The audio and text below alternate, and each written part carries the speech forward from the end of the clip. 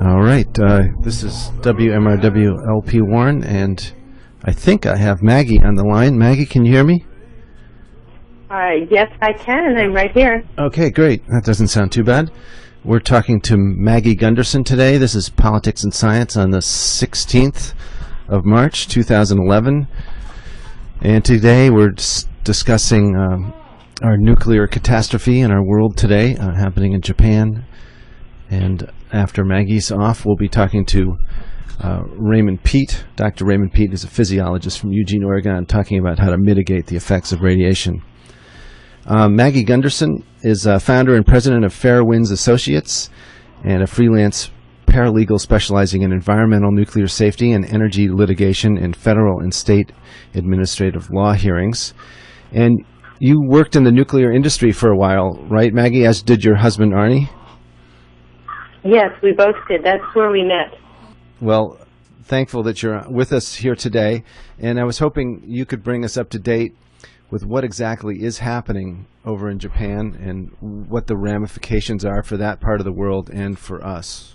Okay, well, the news that just came during the last hour is that all the fuel has boiled dry. Say that again. We lost you there. All the fuel has boiled dry in Unit 4. And that was in the spent fuel pool. It's not in the reactor itself. Mm-hmm. Now, that was a full core offload. So that's a tremendous amount of radioactive fuel that is getting very, very hot. And there's the fear that it could catch on fire. If it catches fire, those particles become airborne. Mm. It's a worse scenario than having a meltdown.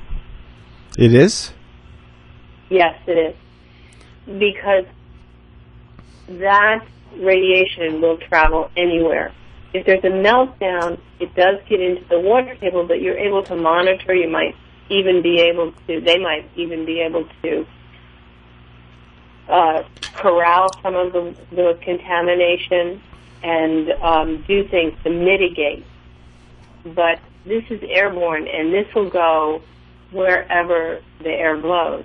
It's like if you see someone smoking a cigarette and somebody just walks past and the plume changes. The plume can move in whatever direction the wind is blowing, towards Tokyo, towards the U.S., towards mainland China, and across the rest of Japan. It can go whichever way the wind is blowing. And I know. Go ahead. Sorry. I know Chernobyl was terrible because it was an explosion, and that forced the radiation. And that was a core meltdown, wasn't it? No. Oh, it wasn't. There was a graphite fire. The Chernobyl plant is a graphite plant and was not a liquid reactor like we're talking about. And there was a fire in the graphite. At Chernobyl, only 3% of the radiation escapes. The other 97% is still inside the containment, inside the sarcophagus that they built around it. This accident, since the containments have failed, this radiation is getting out to the environment. Matter of fact, the U.S. Surgeon General was on a tour in California and spoke of the fact that anyone in the U.S. should consider getting potassium iodine to protect their thyroid. It would be a prudent thing to do. And the NRC announced today, and the State Department announced today, that they've told all personnel in Japan, the U.S. personnel in Japan, to go at least 80 miles away from what's happening. And that's more than double what the Japanese are saying. And the NRC is usually, I never thought of them as being actually that worried about low-level radiation. Well, it's not low-level radiation. It's not an explosion like a bomb, but it's not low-level radiation. Okay. There are no more personnel on site operating the plants. They've had to remove them because the radiation levels are too high. So basically, things are they're just running their course. They're running their course. They do have people who are risking their lives to keep, putting water on the plant and taking care of the plant. That way to try and they're pumping seawater up there. But there's no operational things that they can do. And so that's the fuel rods. Are they the ones? And is number 4 one of the reactors that was out of commission, and so all the fuel rods were waiting to be? Yes.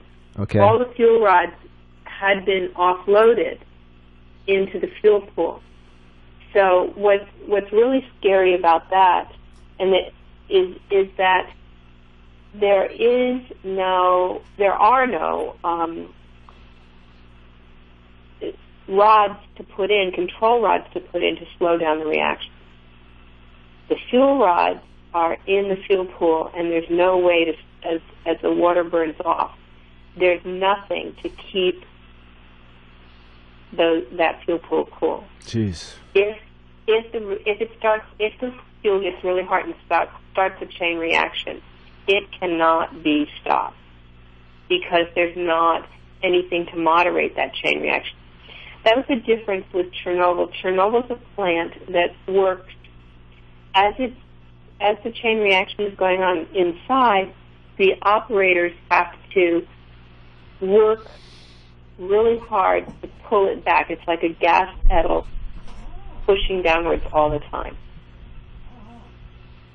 In the Japanese plants, which are the same as the Vermont Yankee plant, they're boiling water reactors, the same vintage, same design. They're General Electric boiling water reactors, and they also both General Electric and Westinghouse now are owned by the Japanese. The boiling water reactor works. You have to push the gas. You have to push the reaction to happen, and you have a lot of control on it. Mm-hmm. But they don't have control on this because this is the spent fuel all just sitting there together. There's no control rods in there. And as the decay heat causes many chain reactions, you could have a fire or a meltdown in the fuel pool itself. God. So that's as technical. That's about as technical as I can get. You listed on your website that I'm a nuclear expert, and I am an industry expert, but I'm not. I'm a paralegal and I'm a mediator, and that's the angle. I'm not as technical as Arnie. Okay. Well, you're probably more technical than I am and most of the people listening, so I think that suffices. So that's just going into free fall, basically. And what's the state of the other reactors? There's 6 of them there, is that right, at that Fukushima power station? Yes. There are, 2 of them already are in partial meltdown. What happens when the reactor's operating and when they stopped it, and when the storm came up, when the earthquake started, they stopped the reaction. The emergency system worked, and the reaction was stopped. Mm-hmm. But when they couldn't keep the reactor cool, there are things that there's 5% of the heat is decay heat, and that is what has kept burning. The other 95% was stopped, but the decay heat is enough to keep boiling off all the water. Mm-hmm. The diesels had gotten swamped by the tsunami, so they didn't have any backup power. And they couldn't cool the reactor for a really long time, any of them. So my understanding, and this has been changing hour by hour, so I can't be totally clear on what's happening. I saw 3 different reports before I came on with you. 2 reactors have had a partial meltdown. You know, they have parts that are melting down, and how bad that'll be will depend on how much seawater these employees who are risking their lives being in such a high radiation area. I mean, it's just incredible. They are pumping in tons of seawater to try and make like a lake under the reactors. These reactors are raised. So, in a boiling water reactor, the control rods come up from the bottom into the reactor itself. Mm-hmm. So, whereas a pressurized water reactor, and I worked on pressurized water reactors. I have never worked with boiling water reactors. I worked on nuclear fuel reload core design. So that's doing the calculations for the fuel, each fuel reload on PWRs. However, you know, whether it's a year or 18 months, whatever the utility has decided to run for. And the BWRs, the control rods, come up from the bottom. So those daughter products can come through. The bottom of the reactor is not as tight as on a pressurized water reactor. It's very tight, and the control rods come down from the top. So those daughter products that are generating all this excess heat are slumping into the bottom and making a molten mass, and that is coming out of the bottom of the reactor. That's why they're trying to cool it. They're making a lake underneath that, between the base of the metal reactor and, you know, the vessel itself and the concrete base of the containment. Someone asked me, is this special concrete? You know, so special nuclear grade concrete. It's concrete. It's just regular concrete. I mean, like you would find on a bridge or something. There's not a special nuclear grade to it. Mm-hmm. And how long can that hold up to temperatures that I've heard are like 2,200 degrees? Well,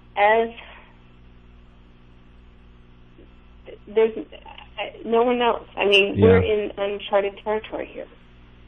The fuel pool can get up to 4,000 degrees. Oh. And we're in uncharted territory. And when there's some studies, I looked at them today, and NEI, the Nuclear Energy Institute, which is the lobbying arm of the industry, is saying this, you know, there can't be a fire in the fuel pool. Well, there's already been one. There's, you know, the containment can't leak. Well, two of them have blown their lids off. Right. So we need to go back and look at the general design criteria on every nuclear plant, and a lot of them are just they're too old. Vermont Yankee, Oyster Creek, Pilgrim. These are very, very old plants that don't have any current safety standards around them, and they have been, all of the parameters under which they were built have been grandfathered in, so they don't meet the current regulations. Yeah, that's scary. And Vermont Yankee got an uprate 10 years ago, I think. So it's actually... And the uprate is really a frightening thing, because if there's an accident at Vermont Yankee, then there is 40% more radiation than a normal accident because of the uprate. Even though the uprate was 25%, the way the daughter products act, the way the material acts, you get 40% more radiation in the uprate. And the emergency evacuation plan was designed around the way the plant was built before the uprate. It is not possible to get everyone out before there would be a lethal dose if there was a severe accident at Yankee, like there has been here, because there's just the evacuation plan, emergency plan does not work. Now, we only have a few more minutes, Maggie Gunderson. I was wondering, people would say, well, the Vermont Yankee is not at risk because it's not an earthquake zone and there's no danger of tsunami, but it is next to a river. Is there a flooding danger there? Yes, there is a flooding danger there. Hurricanes that could knock out power or do something to unstabilize the grid. Vermont Yankee's backup power is diesel, just like the plants in Japan, if they were involved in a flood or a hurricane and couldn't operate, then there's no backup power there. And if a huge storm and flooding knocked out the service water that cools the plant, and that comes out of the Connecticut River.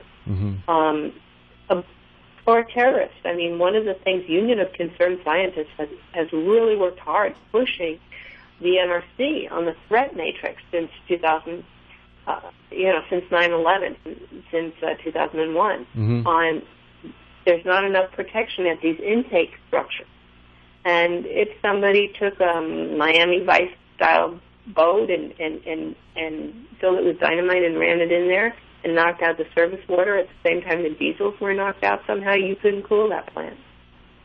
And the NRC does not consider that a realistic part of its threat matrix, so they don't even consider these as possibilities. Well, that's not very reassuring, to say the least. Maggie, I know you're not a meteorologist, but what do you know how the fallout from what's happening in Japan might behave? Have you talked to anybody who has an opinion about that? I don't know that. There's no one knows, and again, no one knows. I mean, will a lot of that come across the Pacific and come to the U.S.? There was extensive data from bomb testing that was done in the Pacific originally, and a lot of that strontium and cesium were carried to the U.S. during those tests and absorbed into kids' muscles and bones and things. So I don't know. No one knows. We're in uncharted territory. This accident is worse than 3 Mile Island, worse than Chernobyl, and is the worst accident that this world has ever seen. God. Of any kind of industrial accident or any kind of, in terms of an illness, the only other thing that was as bad as this was the bubonic plague, but that ended. Here, there's a half-life of hundreds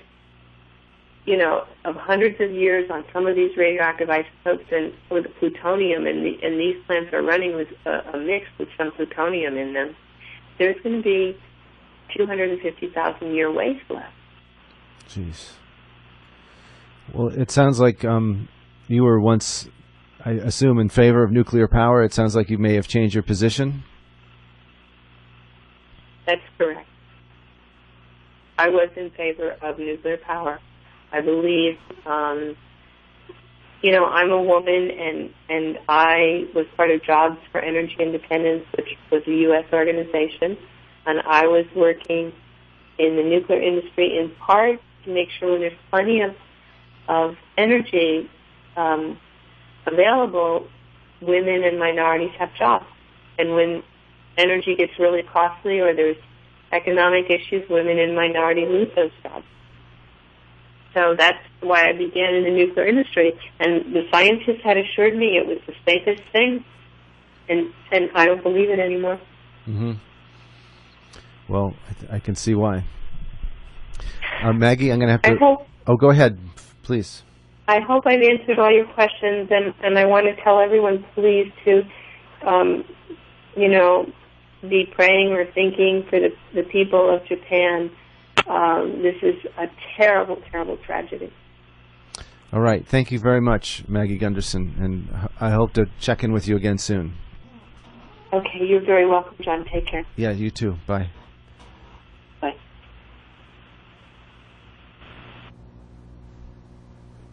All right. That was Maggie Gunderson, who is founder and president of Fairwind Associates. She's a freelance paralegal specializing in environmental, nuclear safety, and energy litigation in federal and state administrative law hearings. So I'm going to put on some music, and let's see, something by Tom Waits, and I'll be back with Dr. Raymond Peet, physiologist, and we'll be talking about radiation, its effect on life, and how to mitigate the negative effects, which I think is all they have. All right, here's Tom Waits.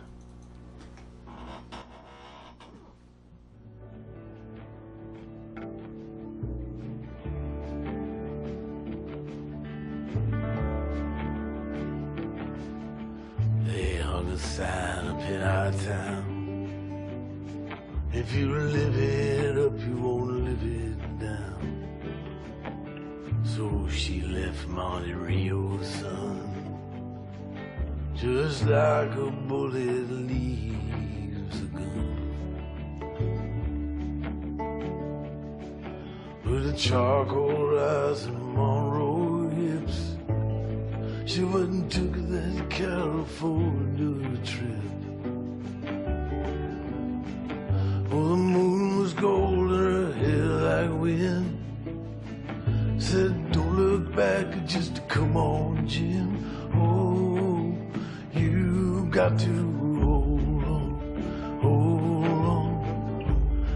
You got to hold on, take my hand, standing right here, you got to hold on.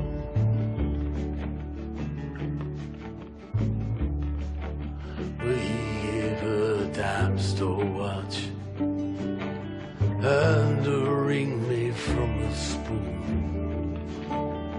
Everyone's looking for someone to blame. And you share my bed, you share my name.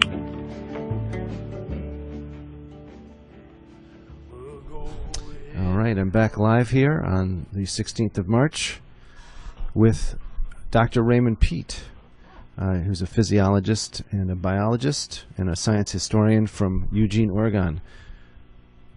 Ray, can you hear me? Yes, very well. Oh, good. You sound great. Well, thanks for coming on today. I thought, considering the catastrophe and tragedy that's happening in Japan right now, we'd talk about radiation, which is probably going to be circulating around the globe, and some of it will be heading toward the United States and Canada, I'm sure. And I thought maybe we could talk about radiation's effects on the body and in ways that it can be mitigated. So maybe you could start out just by talking about radiation. The first issue of my newsletter in 1981 was about the issue of radiation damage. Radiation damage? Yeah, and I read lots of mostly Soviet research. They were the ones mostly interested in how to repair damage. And the main factors are the amount of magnesium in the cells and the metabolic rate. And it happens that thyroid hormone is what's needed for the cells to retain magnesium at a high level. And this old research that I reviewed 30 years ago was the central idea was the high metabolic rate activating repair processes so that once the damage was done, it was almost immediately repaired. The thyroid function was very high, allowing cells to retain magnesium. And just in the last couple of years, a group studying the radio-resistant bacteria, they've been found in several situations. They were discovered at Oregon State University when they were sterilizing food with super intense radiation in cans, and the irradiated food after a few weeks rotted, and they found there were bacteria that survived millions of rads. And this type of bacteria just recently was found not to have any special resistance of its DNA, but the protein system that repairs the DNA is what is uniquely resistant to radiation damage. So that the DNA can be torn into tiny fragments, but if you have the enzymes left for repairing the bacteria, can reassemble their DNA from tiny little scraps if their proteins are good. and this group recently discovered that manganese is an essential factor for the survival of these bacteria. What the manganese is doing is catalyzing very fast metabolism of glucose. Hey, Ray, I'm going to interrupt because we're having the same phone problem again where it's clipping your voice. Yeah, it's a terrible echo. Oh, you're getting an echo. I didn't know that. Yeah. How's that? When you talk now, how is that? That made it decrease. There's a slight echo, but it sounded like there were three of us for a while. God, I just don't understand why it's doing that. Well, try it again, and we'll see if it goes. But I may call you back and see if we can get rid of that. Okay. Anyway, the very fast glucose metabolism is almost all turned into carbon dioxide, and carbon dioxide happens to protectively stick to amino groups of proteins, and that's been my approach to defense against aging and stress, to keep the carbon dioxide up high in mammals. But apparently these bacteria carry it to an extreme so that they can survive millions of rads of ionizing radiation. I see. So you're saying that their metabolism is high enough? Does this have to do with the thyroid function as well? Well, it resembles, it's parallel to the thyroid function. They do it just by this manganese-containing enzyme system that very powerfully turns glucose into carbon dioxide. But in mammals, it's thyroid hormone that's primarily responsible for turning glucose and fats into carbon dioxide. So one of the problems with radiation is that it does damage the thyroid, and I guess my last guest just said that the American Surgeon General, who's traveling abroad, just recommended that people get a supply of potassium iodine to take, which I hadn't heard this. The CDC a few days ago recommended a single dose of 160 milligrams of potassium iodide for an adult to be repeated if the iodine cloud stays around for more than 1 day.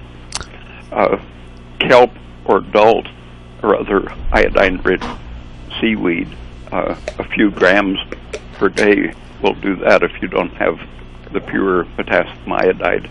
And even the antiseptic tincture of iodine, if you paint some on your skin, people have used that to disinfect water. So if you're not allergic to that, that's an alternative way of getting your iodine up. But I think the basic thing is to keep your thyroid hormone active, if necessary, by using a supplement of thyroid hormone to keep your thyroid stimulating hormone, the TSH, down as close to zero as you can get it, because that's good for many reasons, including that your thyroid isn't going to be metabolizing, and so it won't take up the toxic concentration of radioactive iodine if your TSH is kept at zero.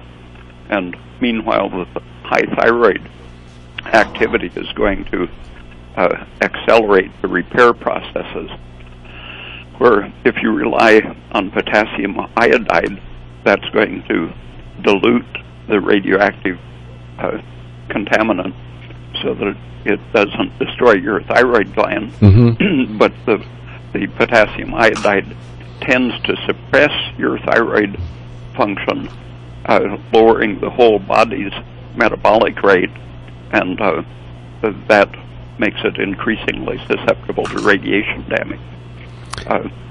If you think of the inverse relationship between thyroid and estrogen, a low thyroid person usually has very high estrogen. A very a high thyroid person has low estrogen, and estrogen synergizes with radiation damage. So a low thyroid person is doing many things to make all of their tissues more susceptible to injury by all of the radiation sources, which include carbon isotopes, cesium, strontium isotopes are important ones in nuclear fallout.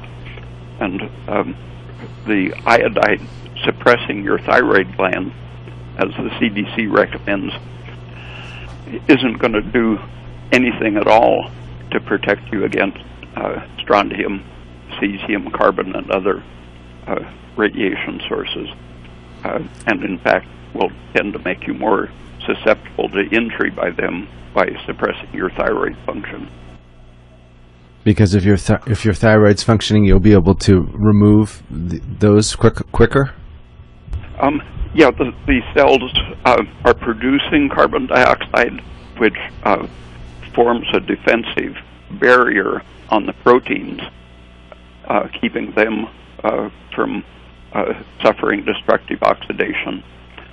And the magnesium retained by the thyroid is used in the repair enzymes for DNA repair, and at the same time you're lowering the estrogen throughout your body, which you want to avoid that synergistic effect of radiation and estrogen.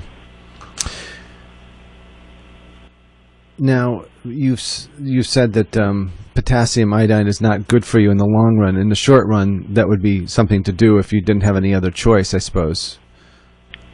Yeah, if you don't have thyroid pills or kelp or dulse or seaweed, then potassium iodide is fine if you're not allergic to it. Some people have a very intense inflammatory reaction when they take iodide or iodine. And in terms of raising your thyroid function, most people probably won't be able to get their hands on any thyroid supplements. How can they do that? Well, the quickest way is to make sure that you're getting enough food and fuel. Sugar, moment by moment, is used by your liver to activate the thyroid hormone. So if you go hungry for several hours, your thyroid is going to decrease its function.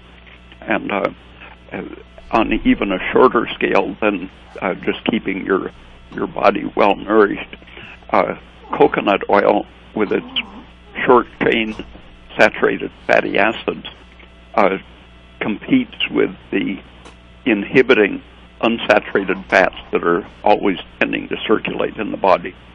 And those are acting as a brake on the thyroid, so the coconut oil short-chain fats are able to compete against the inhibitors of the thyroid, momentarily liberating a higher thyroid function. So that only lasts a couple hours for a tablespoon of coconut oil. So if you had nothing else, you could eat a tablespoon of coconut oil every couple of hours. And that's better than butter and other saturated fat? Only in the sense that it activates your thyroid function more powerfully. I see. And what about vitamin E and vitamin C and things like that? Are they at all important?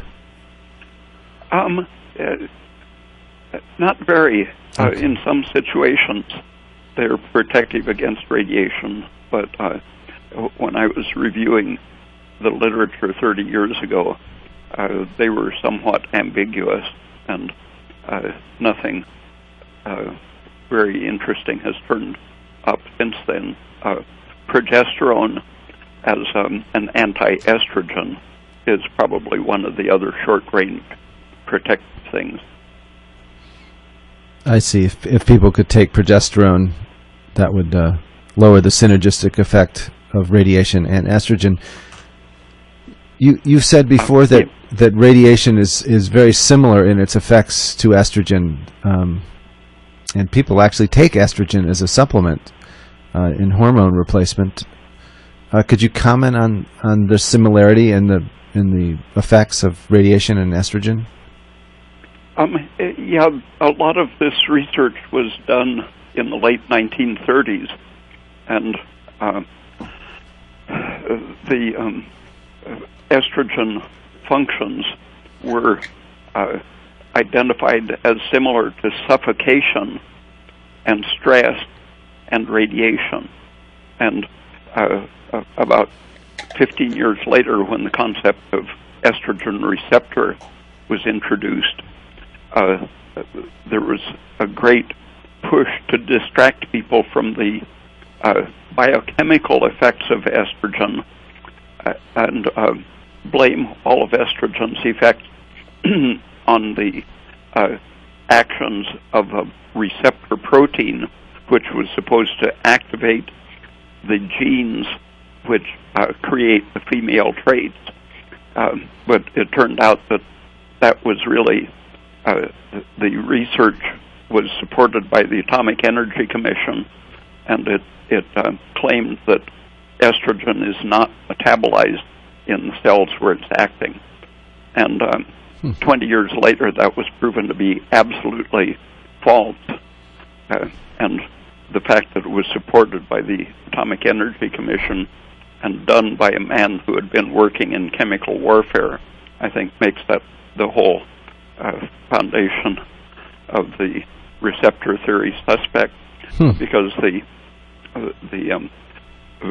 1930s research was very clear that any stress activates, including the protein that is now called the estrogen receptor. Any injury to the organism increases the appearance of the estrogen receptor as well as the estrogen functions, which include inflammation, water uptake, suppression of the respiratory function, and eventually atrophy and fibrosis and calcification. And cancer. Yeah. And radiation has those similar effects, I understand. Yeah, biochemically they seem.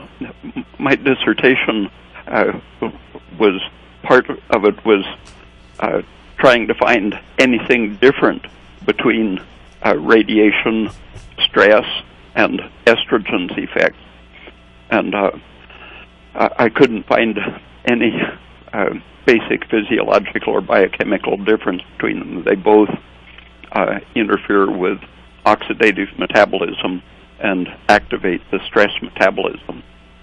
So I think that means that we have evolved estrogen simply as a way to activate certain biological processes, cell division in preparation for implantation of the embryo and uterus, cell division to develop the breast to give milk, and cell division in the pituitary to activate prolactin secretion. And it takes only about 12 hours of exposure to estrogen to get those processes going. And so I think the biological meaning of estrogen is just like a quick jump start function for certain processes. And the chronic use of it is completely contrary to the real biological research, and really has no foundation other than the marketing departments of the drug companies and the whatever the military has in mind. How does the military fit into this? Well, they are the ones that promoted the concept of the estrogen receptor. Elwood Benson went from working on chemical warfare to working on the estrogen receptor, and his group and the people in it have formed a tradition supported by the Pentagon. Some of them have been working more recently at Lawrence Livermore Radiation Lab on the estrogen receptor. So for 60 years now, it has been of great importance, first to the Military and Atomic Energy Commission, and now to various government agencies. That's that seems a little bizarre to me, but I guess they're always looking for things to use as weapons, basically. Yeah, at different times they have been interested in its birth control effect, population control. And that's one of the things they were studying, I think, when they, I think you've written about this, they did releases of large amounts of radiation and then studied the effect it had on population and sterility and such. Yeah, and estrogen is really a more controllable way to sterilize the population. Maybe you could talk a little bit about what the danger we face from what's coming out of Japan now in this tragic meltdown of the nuclear reactors, and is this particulate radiation that we're going to be exposed to in the that's going to go up into the atmosphere and travel around the globe, or as long as it stays very high in the atmosphere and doesn't rain out, it isn't going to do too much harm. But if it doesn't rain out in the Pacific, and if it happens to get through a dry spell for a few days across the Pacific and then rains out, wherever it comes down, it will do a lot of damage. A few of the bombs that they exploded in Nevada happened to stay in the air until one of the fallout clouds rained down in New York, in Pennsylvania, I guess, was the one that Ernest Sternglass happened to be on the site, and saw that his radiation measurements were showing extreme contamination while the government was saying nothing had happened. And that started Sternglass on his research on what was really happening, and he showed how the U.S. Public Health Service was collaborating with the Atomic Energy Commission and even state government agencies to put out false information and destroy the actual data. So whatever we're going to hear from the governments of Japan and the United States, I don't think there's any precedent for thinking there'll be any truth in it. Yeah, I was just reading the introduction to a book about Chernobyl that was published in this country just recently and edited by Janet Sherman. And that book starts off with saying that you'd think that the governments would want to study the actual data of these accidents to improve the safety of nuclear power plants and to understand what happens when things go wrong. But this Russian scientist was saying that all this information was suppressed after the Chernobyl nuclear accident. And it sounds like you're saying that you think the same thing will happen now, most likely from yeah, you can't have a nuclear industry or a popular nuclear deterrent idea if people understand the dangers that are very likely to happen from things that are fairly uncontrollable. Mining the material and disposing of the material are sources of radiation exposure, and they are now talking about avoiding the carbon increase in the atmosphere to prevent global warming, but they neglect the amount of carbon used in mining and manufacturing. There's a great petroleum expense in producing the fuel and the factories for making the atomic energy. So it's very polluting in the carbon sense, as well as the much worse pollution from the mining debris and the waste disposal problems, besides the leaks from the installations themselves. Yeah, I think one of the reassurances we're always told is that nuclear power, doesn't even the emissions from nuclear power doesn't go above the background radiation. Well, one of the things that bothers me is that the background radiation is always going up, and they're allowed to adjust the standard by which they set their emissions to that background radiation, and it's going up because of their own emissions. So there's a little bit of a escalating loop that's going on, whereby everybody around nuclear plants and all of us are getting more radiation as time goes on. And the type of radiation is crucial in its biological effects. The industry has the tricks of comparing living in Denver or flying in an airplane with breathing fallout from the nuclear industry, and it's completely ignoring the well-established fact that the gamma rays that they're counting in Denver or in airplanes have a low energy transfer to the tissues. They go through so fast they don't react.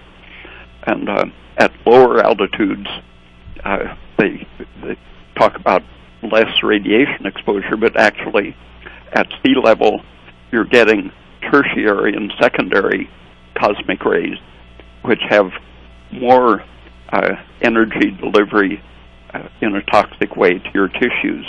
So actually, Denver has less biologically effective radiation than sea level. And another trick they use to make it seem like radiation isn't necessarily harmful is to show an alpha emitter and a detector, and then put a sheet of typing paper in the path, and showing that it stops the alpha particles from passing through. But if you inhale an alpha emitter, when that particle goes, it's going to hit a cell, not a sheet of typing paper. And the fact that it will stop in a sheet of paper means that it has 100% delivery of its energy to the tissue. And it's the delivery of energy that causes the tissue damage. Not exclusively. When gamma rays pass through you, they give up a little of their energy in a scattering manner. So they have a very low linear transfer of energy, but they still do damage by a partial giving up of their energy. So the low velocity is what really harms you. And so if you have inhale a particulate of that's radioactive, even though it might not be that much radiation, it's the fact that you're just getting all of it in one place that makes it so serious. Yeah, the beta radiation from iodine and strontium and cesium, basically all of it's going to be absorbed when a particle decomposes in your tissues. Could you just... It's not as locally intense as alpha particles, but it's much more effective at tissue delivery than X-rays or gamma rays just passing through your body. I see. And just for those of us who don't know, could you just quickly summarize what alpha, beta, and gamma mean in terms of radiation? Alpha particles are actually an atomic nucleus, and so it's a big, fat particle that stops easily when it runs into cell material. Mm-hmm. A beta particle is an electron, which is much more able to pass through cells without being absorbed, but it still is a particle of matter or of electricity. X-rays and gamma rays are photons, so they're analogous to light, and the certain frequencies will resonate more with the living substance, so that X-rays have a fairly intense interaction with living material compared to gamma rays, but still they can be equated. The amount of energy delivered to the tissue, or the linear energy transfer, LET, is how you compare the different types of radiation. Mm-hmm. And so I suppose it's impossible to make this comparison, but I'm going to ask you anyway, because maybe there is a way. If we have fallout from some accident like we're having from Japan, how does that compare to, going in for medical X-rays or dental X-rays? Or is there a comparison to be made? Yeah, the thyroid is damaged by all of them, but if the cloud is very fresh, close to the factory, iodine has a half-life of 8 days, so it takes 3 months to disappear. So if it's your thyroid you're worried about, and if the cloud taken a long time to get to you, then it could be that the X-ray to your head and neck would be the worst.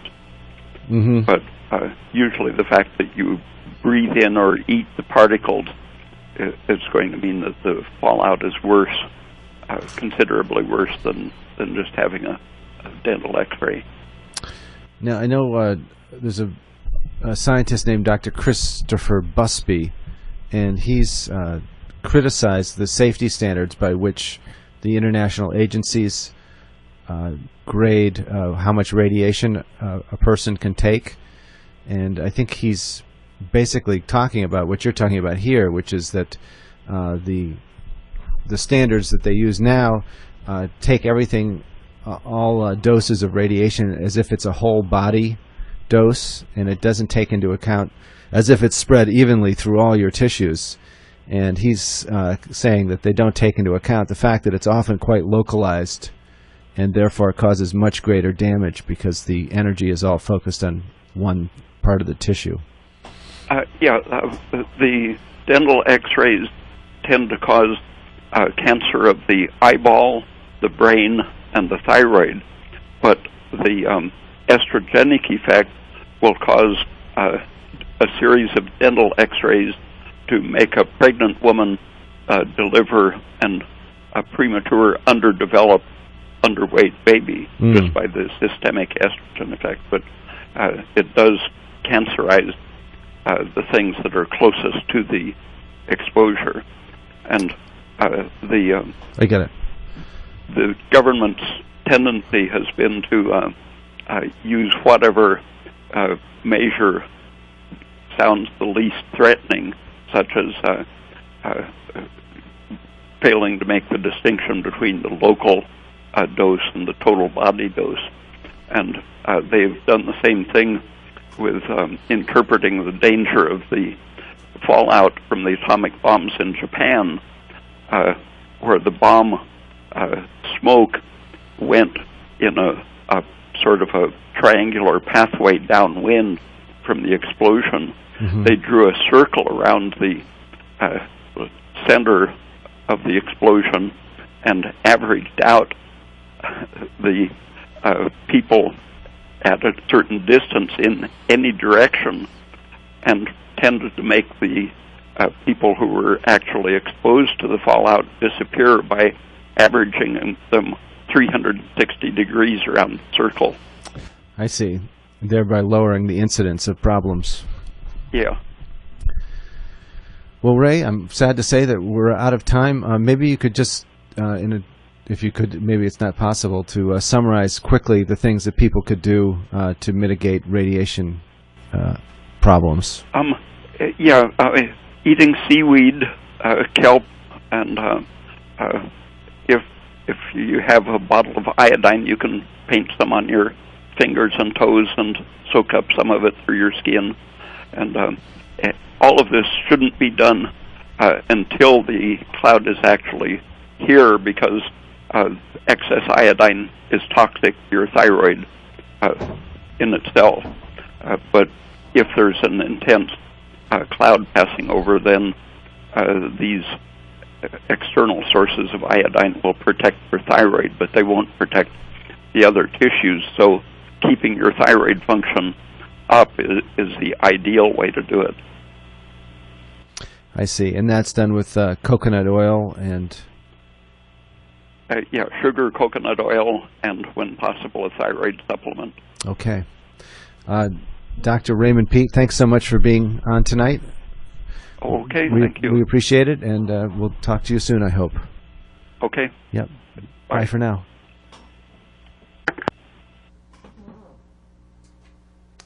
And thanks for listening tonight. This has been Politics and Science. I'm John Barkhausen, and that was Dr. Raymond Peat, and you can find out more about his work at his website, raypeat.com. That's RAYPEAT.com. A lot of very interesting articles. And let me just remind you that the fundraiser, although it should be over, is still going forward on slow mode.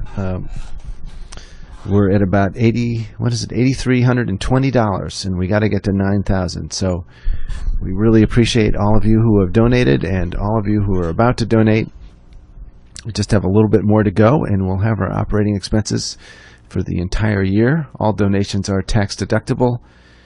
And how do you do it? Well, you can go to WMRW.org and click on the pig to make a credit card or PayPal donation, or you can send your check to WMRW P.O. Box 95, Warren, Vermont 05674. That's P.O. Box 95, Warren 05674. And this program and the following program present the viewpoints of its producers and participants and don't reflect an official opinion of any other person or organization.